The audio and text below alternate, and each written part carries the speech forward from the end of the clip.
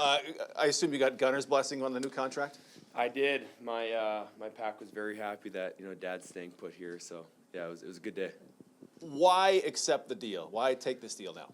Yeah, it was important to me to stay put here. Not just to me, but to my family, to my friends.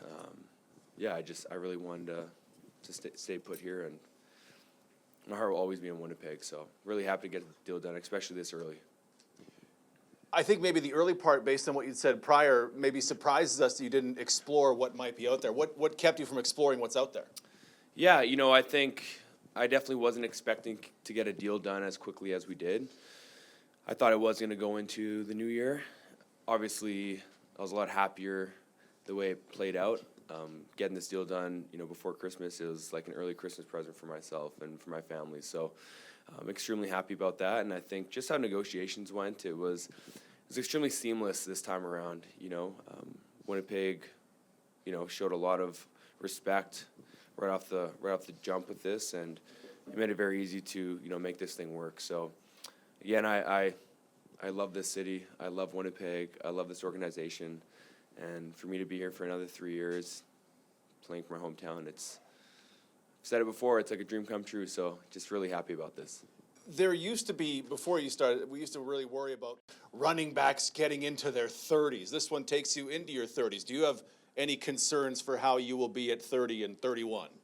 No, I take care of my body probably better than anyone else. I really focus on that throughout the season, into the off season. 365 days a year, I really focus on how I'm taking care of my body, and I think that allows me to, be productive through the season, to stay healthy during the season, and to be available for my teammates. So I think that's what's going to allow me to continue to be dominant as the years come, and as I get into my 30s, we'll play out this 3-year deal and then see how I feel after that. But again, I do think I have a lot of tread on the tires still, and hopefully that wears out here in Winnipeg, and I would love to finish my career off here. I'm always curious to ask, this is a big contract that you have. I always like to think that you've earned a big contract. You work and you have results and you have championships. What's the feeling for you knowing that you've earned this level of endorsement from a club? Yeah, I have worked extremely hard for this, for this time, for this moment. I think it goes back to my early days of playing football and all the sacrifice that I put in, and it's gotten me to where I am today. But I've always had a great support system around me. I've always been a part of some great teams, and I've had some great teammates around me, great coaches. So I think that has allowed me, to get where I am. I think I've been very successful because of the guys around me. So, yeah, obviously, words. It's hard to describe with words of the gratitude and joy that I'm feeling with, signing back with Winnipeg. But I think it's a testament to obviously the work that I've put in, but also the people that I've been surrounded with, not just only in football with my teammates, but also just my support system, my family around me. So I got a great team around me, and just very happy to be back. Comes with some extra pressure because not a lot of running backs have earned that kind of salary over the years. Yeah, no pressure. I think I do work extremely hard. I put in the work. I prepare, so that allows me to go out there and be confident and play freely, and kind of just continue to do what I do on game day. So, yeah, people always ask about the whole pressure aspect, and I think if you prepare to the best of your ability, then you'll have no regrets at the end of the day. Yeah. As Derek mentioned, it surprised us maybe a little bit because we got the impression you'd be patient and to see what the team did too, who they were going to re-sign, because winning is your top priority, you told us. So what's your sense of direction then as far as where the team's going, even the OC, who the OC might be, or just leave that to others? Yeah, no, I'll say this. Obviously, I trust this organization. That's a big part why I signed back. Obviously, seeing Osh sign back and Kyle sign back, I trust this organization. We have been very successful for the last number of years, so I put full trust in their hands. But I've had a lot of great conversations over the last number of weeks with key guys that I think are massive parts for this organization that helps us win games. And having those conversations, kind of seeing where their head's at and where they want to be next season. And they were all, very good conversations. So hopefully it's the trickle effect of me signing, and hopefully we get, some other key pieces to sign. But again, it was some good conversations, knowing that I think the continuity will be back. I think we'll have the main core back, and I think it started with the top down with Osh signing, Kyle being back, and I think the rest will follow. So, and when it comes to the coaching staff, obviously again, trust organization. I trust Osh that they're going to make the right decisions on this, and just really looking forward to next season. Can you share one or two general ideas of those conversations that really got you convinced?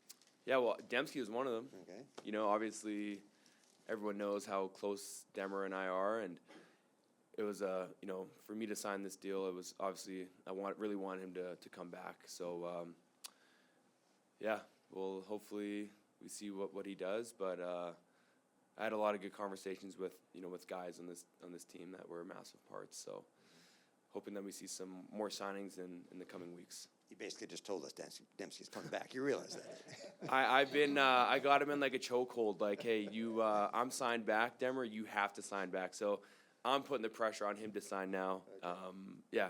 Hoping it works out for him and the organization. I mean, that guy is a key piece to this team, to this offense, a true leader in the locker room. So, those are the guys that you want a part of an organization. And there's a list of guys, obviously, that are free agents that are a massive piece to this team, and also, great voices in the locker room that I think is very crucial in winning football games.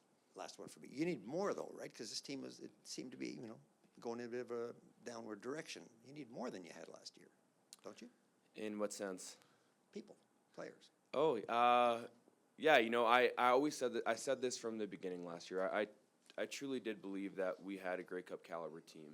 You look across the board, the level of talent that we had, the level of leadership that we had, vets that have played a ton of football games in the CFL for the Bombers.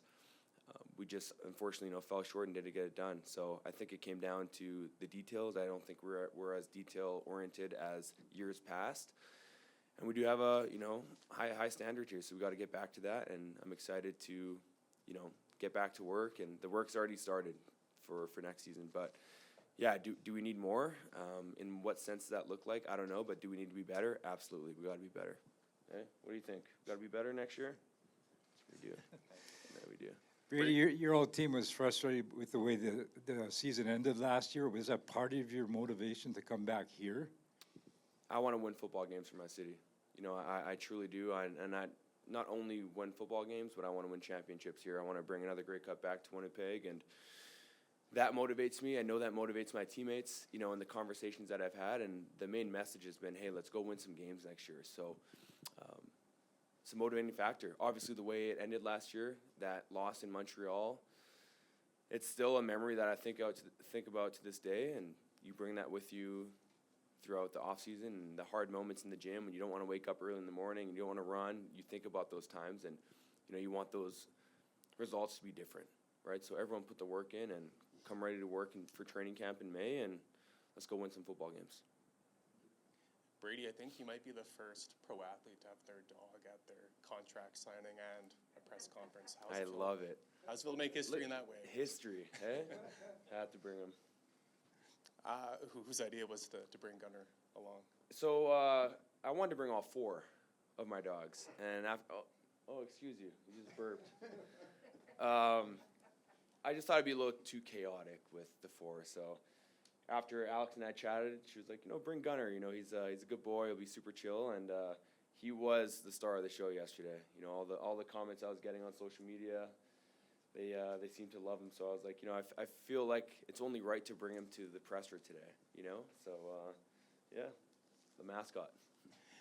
In the CFL, we're used to seeing 1- and 2-year deals. Usually, for you getting that 3rd year, was that something that you were really pushing for? Just what are your thoughts on getting that 3rd year? Yeah, I was pushing on it. Yeah, that was like a non-negotiable for me. Wherever I ended up, I wanted to be there long term, but especially here. I mean, I would have signed a 5-year deal here if it was up to me, but to sign a multi-year deal, I think it does show my loyalty and commitment to this organization, and just understanding that they're going to get everything out of me these next 3 years, just like I've done through my previous contracts. But for me to sign a multi-year deal was pretty much a non-negotiable for me, so really happy that worked out. For the running back doubters, who might be saying this is too much money for a running back, what would your response be to that? Yeah, I think you need to stop paying players based off of position, but paying players based off of production. You know, I think you look at my game log or track record, whatever you want to call it, you go back and look at the numbers, and I think I've shown to be consistent and productive week in and week out, year after year after year. And I think, yeah, it's time to stop paying players based off of position. If the market is set at this for a position, but they're not productive, well, why are you paying them that just because the market is set at that? I think you start to pay players based off production. And when it comes to, you know, my production, I've been very fortunate to have a great offensive line in front of me, great receivers, great coaches that allow me to be successful on game day. So, again, I'm very fortunate, obviously, to have signed a 3-year deal here in Winnipeg. But, again, it speaks to the guys I've been surrounded with, which has allowed me to be productive and to essentially earn this deal. So I feel like, you know, I was blessed with this opportunity ever since I got to the Bombers, and it was like, you know, perfect timing for me, and walked right in here. Obviously worked extremely hard, but it's just, it felt like perfect ever since I got here, and I think that's why it's all worked out. But I've just been very fortunate to have, you know, great players around me. Again, I've said it in my year end too, like I'm nothing without the guys in front of me or the guys around me. So this is a very special organization with special guys in that locker room that allow me to be successful and to essentially, you know, earn that contract. You've already accomplished so much as a Bomber, obviously, but now with three more years and similar production, you could really cement yourself in those record books and whatnot. Your legacy as a Bomber, is that something that's important to you, something you ever kind of think about? Yeah, I think of that more than thinking about my legacy as a Canadian football player. You know, I think for me what's important is to be the best teammate every single week, to go down as a guy that was, you know, tough, physical, and a good teammate, right? And I think by doing that, the rest will follow. But to go down as, you know, one of, you know, the best Bombers is definitely something I think about, just because I'm so prideful to be a Winnipegger. You know, I love this city, and for me to, you know, hopefully play the rest of my career here and to really, cement my legacy as a Winnipeg Blue Bomber. I mean, I grew up going to games, so yeah, I'd be lying to you if I said I didn't think about that. You know, at practices, during games, pre-games, do I look up at the Ring of Honor? Absolutely. Every single practice, I look up at the Ring of Honor and think, you know, maybe one day that could be me, and that'd be very special. But still got a lot of work to do, and I'm excited about that. 3 more years in Winnipeg, and I still think, you know, after that, the way I take care of myself, I think I can still keep going. So I would say the future's bright, and yeah, very excited. Just last one for me.